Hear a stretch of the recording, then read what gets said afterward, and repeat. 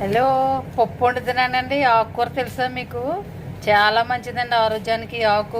ఆకుకూరతో ఇవ్వండి. ఆకుకూరతో పప్పు వండుతున్నాను. ఆకుకూర చాలా మంచిదండి ఆరోగ్యానికి. ఈ ఆకుకూర సూపర్గా ఉంటుంది. పప్పులోకి సైంటిస్ట్ అండి 2 చేప ముక్కలు ఫ్రై చేసుకుందాం. ఇప్పుడు పప్పు తాలింపు పెట్టుకుందామండి. గ్యాస్ వెలిగించుకొని కళాయి పెట్టుకొని కొద్దిగా నెయ్యి వేసుకుందామండి. పప్పులోకి నెయ్యి సూపరు కదా. ఇప్పుడు కొద్దిగా ఆయిల్ కూడా వేసుకుందాం.